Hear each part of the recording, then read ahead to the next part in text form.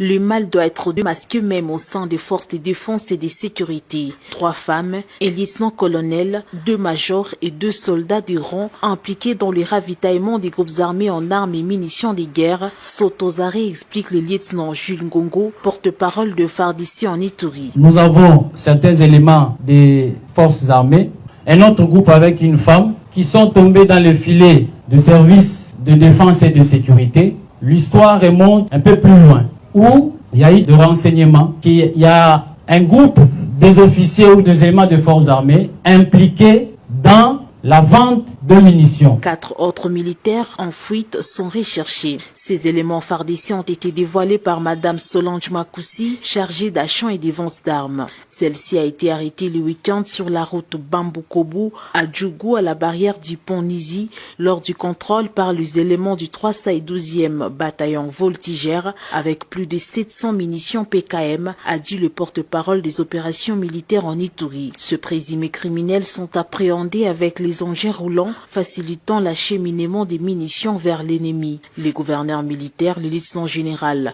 Luboya Kashamadjoni, a interpellé tout et chacun à cesser d'encourager le mal. Donc mettons-nous ensemble, combattons ce mal-là. On lui a même dit comment est-ce qu'il faut transporter les munitions. Et c'est comme ça qu'elle avait les munitions sur sa tête, jusqu'à ce que les militaires ont insisté. Elle s'est battue avec les militaires.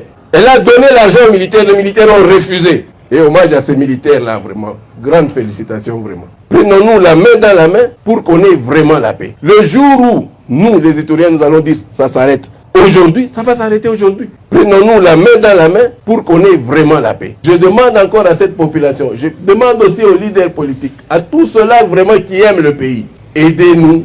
Pour qu'on termine, on en termine une fois pour toutes. Cette énième arrestation à cette période de l'état de siège vient répondre à la volonté manifeste du chef de l'État, Félix Antoine Tshisekedi Tshilombo, celle de mettre fin aux magouilles et pratiques d'antivaleurs qui minent les forces de défense et de sécurité. Ces militaires indisciplinés et leurs collaborateurs civils sont mis à la disposition de l'auditorat militaire où ils vont répondre de leurs actes.